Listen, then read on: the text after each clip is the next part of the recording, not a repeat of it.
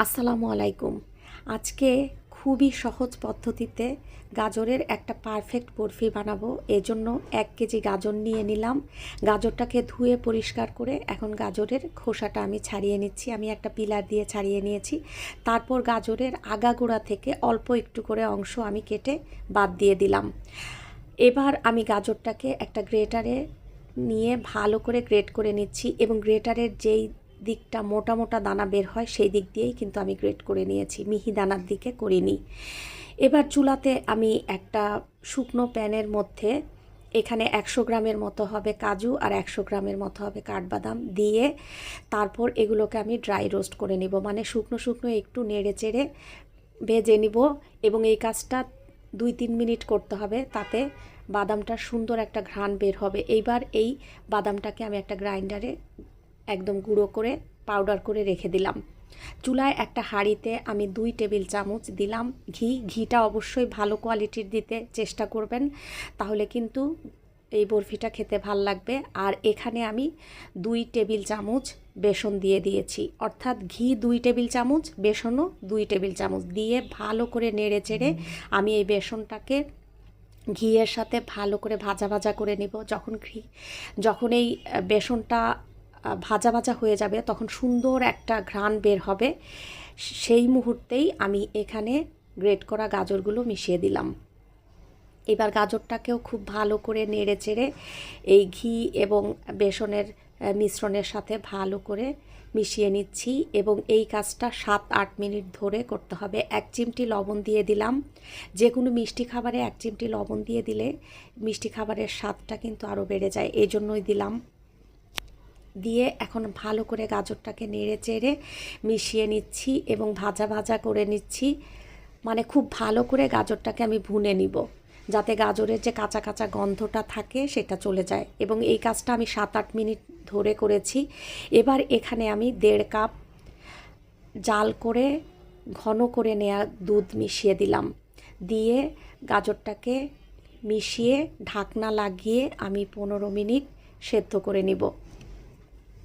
15 minute পর ঢাকনাটা খুলে আমি দেখছি গাজরে কিছুটা পানি রয়ে গেছে, পুরোপুরি শুকিয়ে যায়নি এবং গাজরটা কিন্তু মোটামুটি ভালোভাবে সেদ্ধ হয়ে গেছে। গাজরের প্রায় 90% সেদ্ধ হয়েই গেছে। এখন এই গাজরটাকে আমি ভালো করে নেড়ে চেড়ে এখানে আমি 1 কাপ চিনি মিশিয়ে দিলাম। কেউ চিনি বা মিষ্টি কম খেতে চাইলে এখানে চিনির পরিমাণটা আরেকটু কমিয়ে দিতে পারেন। এবার আমি নেড়ে চেড়ে চিনিটাকে ভালো করে গাজরের সাথে মিশিয়ে নিচ্ছি। চিনিটা গলে গাজরে কিন্তু কিছুটা পানি বের হবে আর গাজরের কালারটা সুন্দর হতে শুরু করবে। এখানে আমি 1/2 চা চামচ এলাচের গুঁড়ো দিয়ে দিলাম। এলাচের গুঁড়োটা দিয়েছি যাতে এখানে একটা সুন্দর ঘ্রাণ যোগ হয়। আপনারা কেউ চাইলে এলাচের গুঁড়োর পরিবর্তে কেওড়ার জলও দিতে পারেন, তবে আমি এলাচের গুঁড়োটাই দিয়েছি।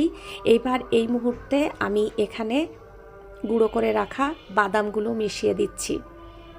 এই বাদাম এবং বেসন, ওই প্রথমে যে আমি 2 টেবিল চামচ বেসন দিয়েছি আর এখানে যে 200 গ্রামের মতো হবে বাদাম দিলাম, বাদামের গুঁড়ো, এই দুইটা আইটেম কিন্তু মানে এই বেসন আর বাদামের গুঁড়ো এই দুটাতে হচ্ছে গিয়ে এই গাজরের বরফিতে একটা সুন্দর বাইন্ডিং দেবে, মানে বাইন্ডিংয়ের জন্য এই দুইটা উপকরণ দেয়া। এখন লাস্ট মোমেন্টে আমি এখানে 1 টেবিল চামচ ঘি মিশিয়ে দিলাম।